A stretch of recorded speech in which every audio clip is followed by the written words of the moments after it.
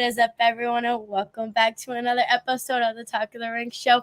I don't know what's going on, but today is just an off day. It is literally disgusting outside in, our little state of trashy Pennsylvania. No, I'm just kidding. But it is like raining. It's disgusting, but I'm super excited for today's episode. I know we just went over it like 10 seconds ago, but I'm the person to look up everyone's name, and everyone knows that. But let's give a warm welcome to Cosmo.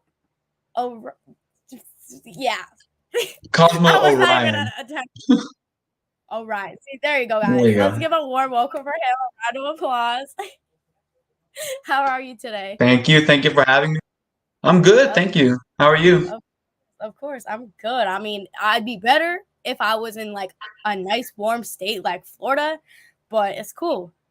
Yeah. So, even down here in Texas, it's pretty hot. I mean, yeah, I'd rather anything but snow and rain. Yeah, I'm the opposite. I love snow and rain. Okay, well then we can swap, and then I'll take your nice sunny, weather, and you can have this. Deal.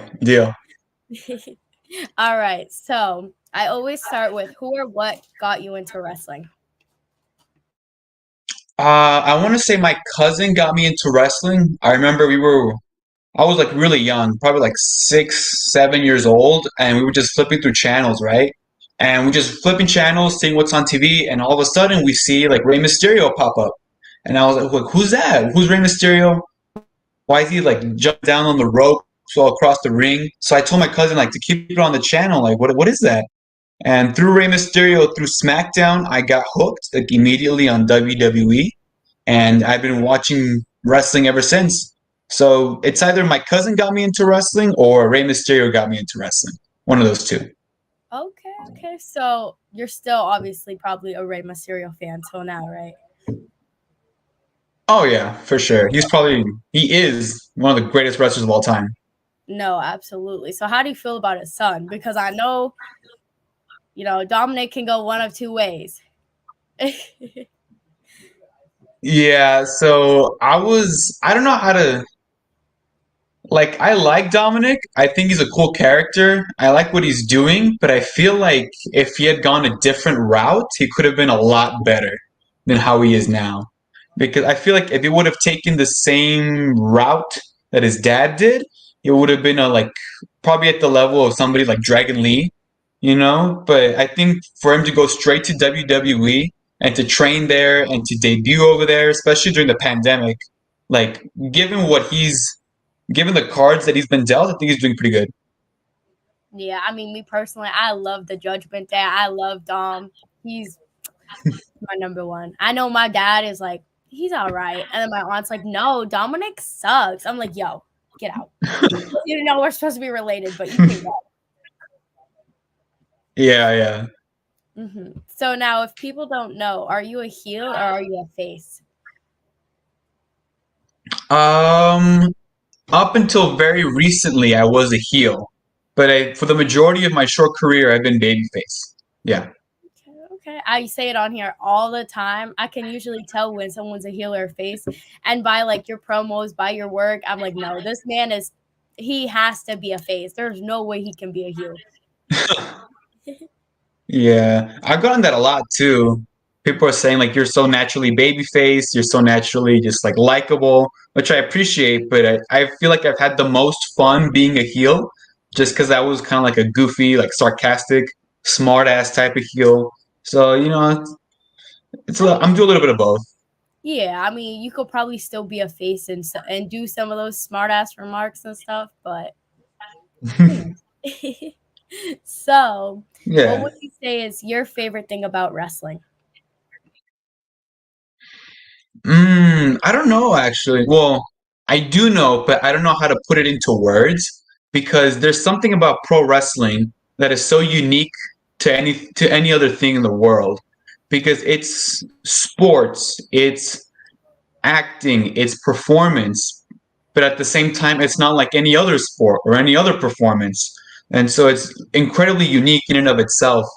And I just find it incredibly captivating, whether it's WWE or AEW or Mexican Lucha Libre. there's something captivating about pro wrestling that I love so much. No, yeah, absolutely. And I mean, like, that's the cool thing, I think, personally, about like wrestling now. Like, you have it on the TV, but then, like, as per the indies, you have like a show everywhere. There's a show every weekend. So you always have something Yeah. wrestling involved. Mhm. So Mhm. now, for you Yeah, personally, absolutely. what would you say is the hardest part about wrestling?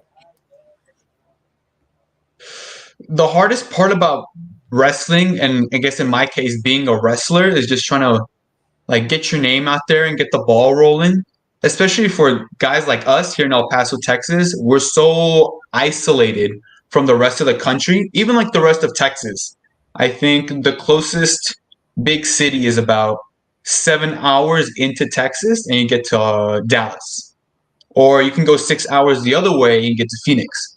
And so, like, it's a 6 hour drive minimum to just get somewhere else. So we're so isolated and try and get our names out there. I think that is the hardest part, and just trying to get out of our own bubble. But aside from that, I'd say just in general, for any indie wrestler out there, it's so hard to get your name out there in the beginning. It's like, pushing, it's like pushing a boulder up a mountain almost. At the very beginning, it's going to be incredibly hard. The more reps you get in, the more years you get into being a wrestler, I'm pretty sure it's going to be a lot easier. No, I mean, that's crazy. 6 to 7 hours. I mean, I'd be that Yeah. dedicated and be like, oh my God, so that wrestler that came on my podcast, obviously I'm going to go see him. It doesn't matter if it's like 6 hours, 24 hours, it's fine. It's worth it. Yeah. So now, if a younger fan came up to you and was like, I want to do exactly what you're doing, what advice would you tell them? I think it's important to be very honest and just tell them that pro wrestling is going to demand a lot out of you, both like physically and spiritually, because it's going to put you through a lot of tests, a lot of tribulations to kind of see if being a wrestler is really what you want to do. But if you can overcome those tests and you can really take care of yourself, take care of everybody else, then you can be a pro wrestler no matter what. But I really think that it's important to be strong, be like not just physically strong, but like mentally strong. I think that's a very overlooked aspect of being a pro wrestler, is that you have to be able not just to take the hits, but take the hits and then be able to get back up and take more. No, yeah. I mean, I hear it all the time about being like a pro wrestler. Like, you also spend a lot of time away from people that you love. You miss events and things that you have to do. So Mm-hmm. that plays kind of the role in like the mentally part. Yeah, there's been a lot of times where I've had to miss out on birthdays, and even like, because I'm pretty young, I started my career almost right out of high school, and like I've decided to basically sacrifice college and stuff like that for pro wrestling, or job opportunities for pro wrestling. And you really have to be dedicated to it and passionate about it. No, really. I mean, yeah, it definitely, I hear it all the time. It definitely takes a lot out of you. So, like, yeah, if you want to do it, go Mhm. for it. But just know you're going to be missing some things that you may not get back. Yeah. So in the chat, really quick, we have my father saying "Let's go," and he's chanting me, and then he's also chanting you because obviously. And then he says, Appreciate "Best it. Yeah. podcast today." So just today? No. So now I have to have a word with my father. Be like, "You said just the best podcast today. No, it's supposed to be every day. What you mean?" No, I'm just kidding. I mean, it's He's cool. turning on you. I know that's the heel. I mean, I'm the baby face, but him, I don't know about him. Can't speak on that. Dang. So, if you got a call from WWE and AEW at the exact same time, which one do you think you would take? Oh gosh, that's a really good question. I've never been asked that question before. Um, I'd say probably just right now, I'd probably go with. Oh my gosh, I don't know. My instinct says AEW, My instincts is AEW because I feel like going to WWE requires a lot of commitment because I know they're gonna ask me to relocate to Florida. And then from Florida I'd have to go through NXT and then through NXT then I can go to the main roster. But I feel like with AEW, even though it's in my opinion way more cluttered, I feel like I can still do like either Ring of Honor or AEW, and then when I'm not doing any of that, I can still participate in the indies. So I feel like yeah, I have a little bit more freedom if I'm with AEW, even though it is way more cluttered and it's like almost kind of disorganized over there, from what I hear. But I feel like I'd probably go with AEW. No, yeah, and that's kind of exactly what I was gonna say because like obviously they're both good, but they both like WWE is more strict and you have to like you can only do them. Meanwhile, Mm. like on AEW, you can still do the indies if you're not doing them, obviously. So I get it. Yeah.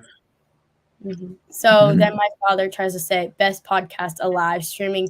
No, it's too late. You can't go back on it. Take it back. Get out. So now for you, if you had to choose like one place, like one dream venue or anywhere you want to wrestle in, where would you wrestle? My Doesn't dream venue? Oh yeah. man. Um I feel like as a pro wrestling fan, it's tied between two different places. Mm-hmm. So within the United States, I would love to wrestle in Madison Square Garden. I feel like that's every wrestler's dream and it's every like performer's dream to headline that stadium specifically, just because it's so famous, so historic. And then my other choice would be the Tokyo Dome because I've been a wrestling fan for a long time. I've been a Japanese wrestling fan for a long time, and just seeing the Tokyo Dome packed with people, hearing the people just chant and scream, it's a legitimate goal of mine to wrestle in the Tokyo Dome. So yeah, MSG in the Tokyo Dome. Okay, I see you. So then like on the opposite side, has there been anywhere that you wrestled already and you're like, I really like this place and I'll wrestle here any opportunity I get? I'm trying to think because I've only been to a handful of places in like the Southwest United States and a little bit into Texas as well. But there is a convention center in Houston called, I forgot what it's called. I think it's called Campbell Hall. The New Texas Pro runs out of there a couple of times a month or a couple of months out of the year. And it's a really nice venue. It's super big. It's super spacious. I would love to get a chance to wrestle in that convention center because I just think it's perfect for having like an indie wrestling show there. So I'd love to be there too. Okay. So now how do you feel about like hardcore death style wrestling? I've actually been a part of one of those like deathmatch shows back in Houston. I think that well, I actually have a lot of respect for the deathmatch wrestlers and deathmatch style because not everybody can just go out there and do it, right? It's a very specific kind of pro wrestling Mm-hmm. that like if I were to be told that I'm doing a death match, I'd probably mess it all up, or I'd probably be too scared to do anything about it. But yeah, like it's incredibly niche, and I just feel like it doesn't get the respect it rightfully deserves. And sometimes it can be really gruesome, a little bit too, maybe a little too much. But I know that for a lot of us, we got into pro wrestling, we got into like companies like ECW because of their hardcore moments, or like WWE, like in the 2000s, like early late 90s, because of the Yeah. ladder matches and the tables matches and all these insane hardcore moments. So it's just like the next level into that kind of wrestling. You know what I mean? No, I mean, hey, like I think it's not for everyone, but if you want to do that, go for it. And I say it all the time. 6-year-old me was like, yeah, I'm gonna be a Mm. wrestler. I'm gonna do those crazy matches, and I'm like, no, you guys, you're doing great at it. You can have it if you want to do the death style. Go for it. Knock yourself out, but be safe. I Yeah. mean, they really are. Some of them are really gruesome. There's a wrestler out in my area. His name is Tarzan Duran, and he like does death matches like Mm. every freaking weekend. I'm like, sir, how are you not dead? Because the amount of matches he's been in, I'm like, sir, you should be dead by now. Respectfully. Like, I love you, but Yeah.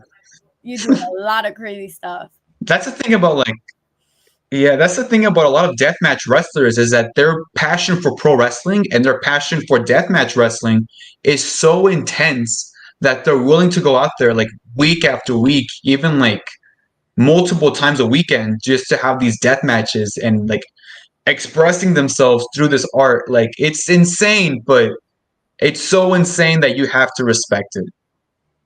Yeah, I mean, I told him once before, I was like, you can be in them, but if I'm at the show, do not come near me because if I see blood, I will die. That's probably being dramatic, but it's fine. It's cool. Yeah. So now how do you feel about like intergender male versus female? I feel like I have a well, I don't know if it's the more popular opinion to say that I don't think too much of it. I feel like all wrestlers, whether they're male or female or transgender or whatever the case may be, they're in the ring. They're in the same ring as everybody else, and so they're conditioned the same way as everybody else. And so I don't see a real issue between having intergender matches, especially nowadays because the illusion of pro wrestling has been so just kind of like revealed. And I guess like the kayfabe curtain has been pulled back. Everybody knows what the deal is in pro wrestling now. That I don't see the real issue with having a male wrestler versus a female wrestler or any kind of intergender wrestling like that either. I feel like if they're up for it, if both wrestlers are down to have a match and they're safe about it and they're professional about it, then I see no issue with it.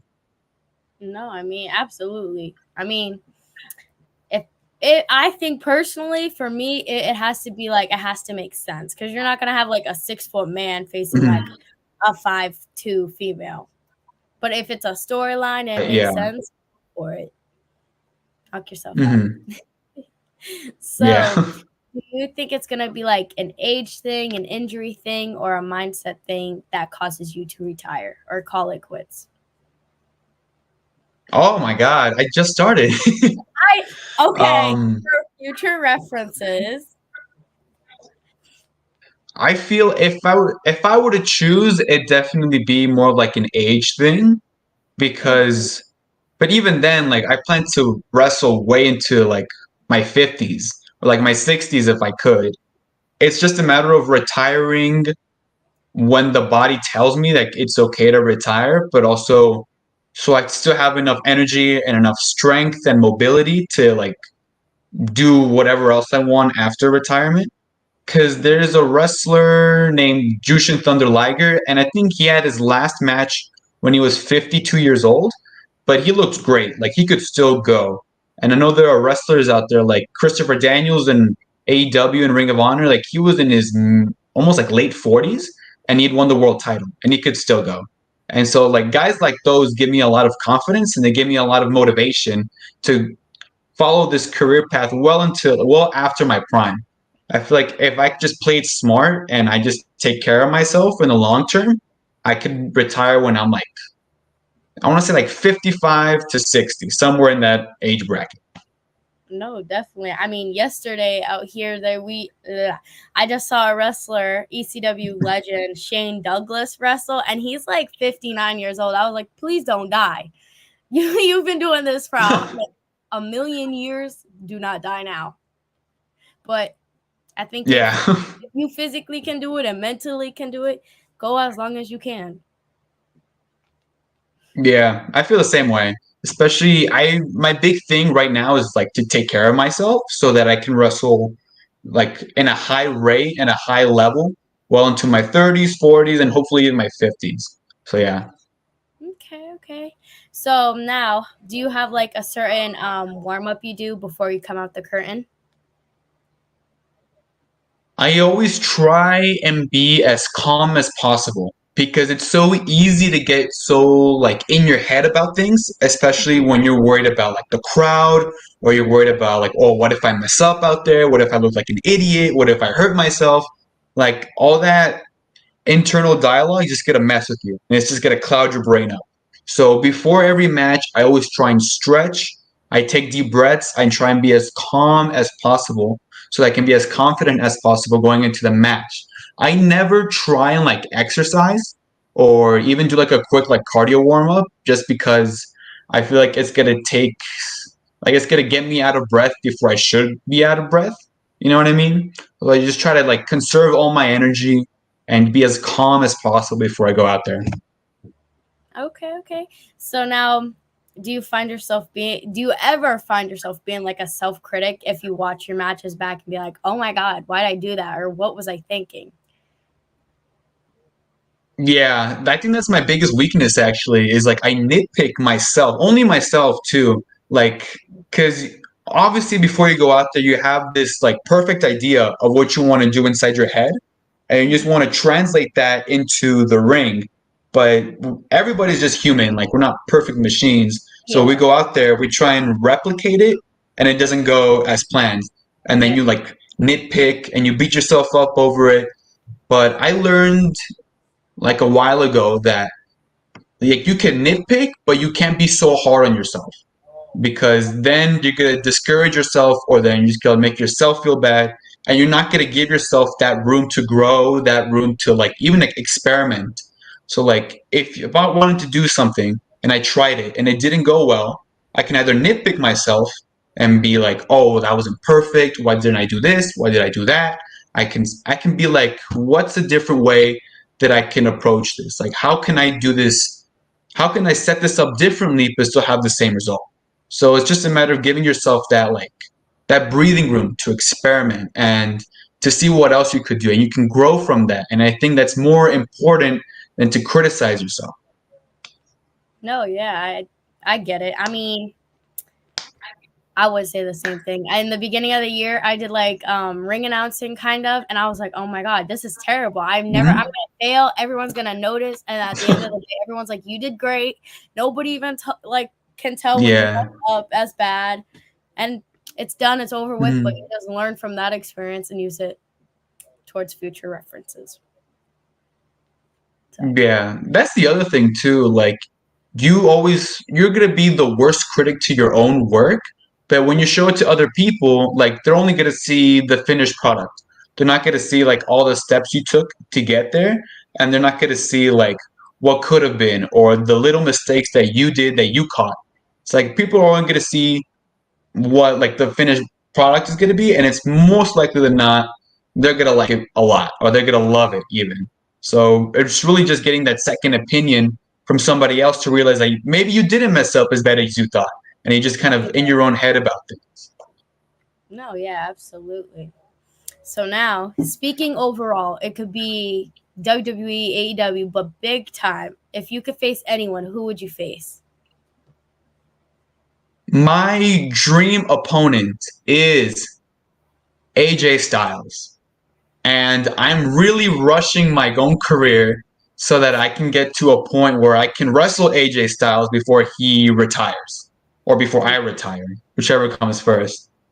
Because AJ Styles was the first guy that really showed me that it's not about how tall you are or how like strong you are. You can be like a 5'10" guy from Georgia, like the middle of nowhere in Georgia, and you can still be the best pro wrestler in the world if you just put in that work. And for a guy that's also 5'10" from the middle of nowhere in West Texas, it's important for me to have somebody like AJ Styles to look up to and to demonstrate to me that it really is just hard work and passion and determination that will put you from like here way out here. No, I love that because I love every single individual because I'm not a hateful person. But some wrestlers like to just Mhm. sit on their ass and not do anything. So like you trying to push your own career, I love that. Yeah. I've always been so gravitated towards like the cruiserweights, you know what I mean? Or like the luchadors or the wrestlers that just go inside the ring and they just step it up, or they just go like 100 miles an hour, or they just like do the most with whatever they got. So wrestlers like that have always stuck with me. I've never been the biggest fan of like say John Cena or The Rock or like Randy Orton.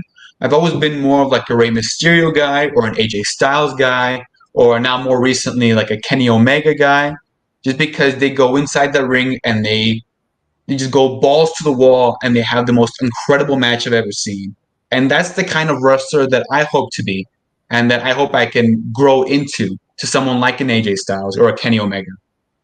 No, absolutely. So I totally skipped this question at the beginning, but who trains you or trained you? So right now I'm being trained by Aiden Colt, who has about, I want to say 15 years wrestling from both in El Paso, Texas, and then in Phoenix, Arizona. So he's been around like the Southwest scene. And then I'm also being trained by El Hijo de Cobarde, who was a luchador back in Mexico. And he just kind of like migrated up into El Paso, Texas. So he's in El Paso now, but he spent a lot of his career in like Mexico City and Monterrey and Ciudad Juarez, back when he was in his prime, back when he was wrestling. Okay. So now, like, from the time that you first started training till now, how long would you say it took you before you got like a legit match in front of a crowd? Um, so I actually started training when I was a freshman in high school, and I trained, I want to say like consistently for about 6 to 7 months, like consistently. And after that 7 month period, I got my first match, but it was like a spot in a Royal Rumble. So I guess you could count it as a match technically. But I want to say that after that initial match, I took a break and then I didn't come back until after I graduated high school. And so then when I came back, I spent another like 3 or 4 months training. So I want to say I had a combined like 11 months, 10 to 11 months of like consistent training before I had my first one on one match. Wow. Okay. So now for like the Royal Rumble match, what was like going like for you personally, what was going through your mind? What were you thinking since it was your first time? Oh gosh. Let's say I want to say I was like 15 when I had that match. Damn. And I had been so conditioned to, like we would run like spots and drills during class or like during training. And so I was so conditioned and used to like having a plan for everything. And like when they put me in the Rumble, there was no plan. Like nobody told me what they were going to do. It was literally just like improv on the fly. And at that point, for like my first Rumble, for my first match, I'd never done on the fly stuff. So I was terrified. The only thing that we knew were like the entrance, the order of the entrance, and the order of eliminations, and that was it. Aside from that, it was just go out there, guess, just land on your feet or land on your back, and that was like it was the worst time ever. But it was fun though. Looking back on it, it was fun. I mean, I could imagine. I mean, that's like me looking back on middle school. I'm like, I did some crazy shit that I probably shouldn't have done, but I sit back and like, that was fun. You're young, you're stupid. Just do whatever you want. Yeah, So, I mean, they're two opposite things, but I'm yeah, sure it's like has kind of the same aspect. Like you're going in and not knowing what you're doing. So it's like, it's whatever. You'll figure it out. yeah. I'm just like, yeah. I'll have somebody tell me what to do in there at some point. Yeah. I mean, kind of have to. So now Yeah. more on like the indie scene. If you could face anyone, who would you face? Oh gosh. I don't know because there's a ton of great wrestlers out there on the indies. Um, I want to say the first person that comes to mind is Brian Keith, fellow Texan boy, because I had seen Brian Keith live before, and he just has this energy about him. He comes out to like his theme song, and he comes out slow. He's got the poncho, he's got the hat, and he's like you can tell he's like the real deal. He just carries himself differently, and then you watch him wrestle, and he does not hold back whatsoever. He will slap you, he will chop you, he will drop you. Brian Keith, as a fellow Texan, he gives me a lot of inspiration as well, just because he's made it pretty much to the top of the Indies right now, and he just did it out of pure like hard work and pure dedication. So I'd say Brian Keith is up there. And I'd also like to wrestle Mike Bailey at some point. I think Mike Bailey is such a phenomenal wrestler. I think he's been like one of the best pro wrestlers going for the last like 2 years now. And the same thing, he just works hard. He goes out there and he kicks ass every single time. And I've actually had a seminar with Mike Bailey, and so I've taken up some of his little tricks, some of his teachings, and I like to apply it back on him. All right, I see you. I mean, I give it to you because for me personally, if I took one bump or one move, I'd be like, no. I'll take one in my entire lifetime, but that'd probably be it. So I give it to you for all the trainings, the seminars, everything, the matches, Mhm. but you can have it. I'm not gonna steal that spotlight from you. And I'll fight you for it too, actually. No, you can have it. There ain't no competition here. I'll just hand it over right then and there. So if people want to see you, what are some upcoming shows you'll be at? So right now, this past Friday, I've actually had my last match of the year. And so my next upcoming match is going to be on January 1st, New Year's Day 2024. I'm going to be in El Paso, and I should be wrestling for the Delgado Promotions World Championship. And then right after that, like that same week on the 5th, I will be in El Paso again for Pro Wrestling Legacy's The Big Bang.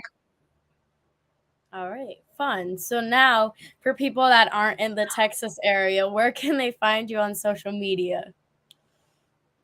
So I am on Instagram and on Twitter at the Cosmo Orion, and then I'm also on YouTube. You can just search up Cosmo Orion on YouTube. You'll find my official YouTube channel where I upload like promos and full matches on there. All right, all right. And lastly, most importantly, do you have merch? And if so, where can people purchase it at? I do have merch. You can either purchase it from me directly at live shows, or if you're not from the area or from a little bit out of town, you can go to prowrestlingtees.com/Cosmo Orion, and you can see all my t-shirts I got there. I'm constantly working on new t-shirts, and I'm gonna try and have a new t-shirt up by January 1st. All right, all right. I love to use the excuse for my parents, be like, hey, so I had this wrestler on for my podcast. They're not from around here, so I think we got to make that trip because I have to get their merch, obviously. And like online is Yeah, fun, obviously. it's not the same getting it from them. So yeah, we'll drive like 24 more hours just to get a t-shirt or something.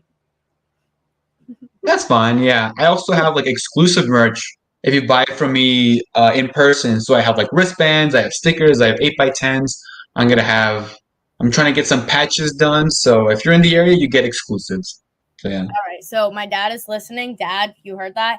We're gonna be making like a Texas trip soon. So just saying. But thank you so much for coming on. It was fun. Guys, I will be back Wednesday, I think. Stay tuned to the Instagram. I am so sorry for not being active on the Facebook, but if you follow the Talk of the Ring show on Instagram, you'll see everything that you need. Please go give him a follow because he's an upcoming star, and obviously buy his merch. And like he said, if you're in the area, go get it yourself, I guess, because some of us aren't that lucky. But thank you so much, guys, and until next time, bye.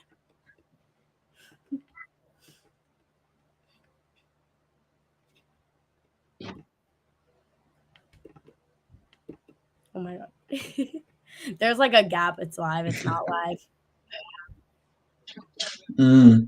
Completely froze. Oh, really? Yep, guys. So now it's still live, guys. You're still seeing this. It will not end. So I guess you're stuck with me. No, I'm just kidding. We're working our Stuck with us. Yes, us. If not, we'll just continue working our magic and just randomly talking about. There it is. I guess it's my live stream now. Yeah. Support local wrestling because that's important. Support local creators. That's important too. And yeah, love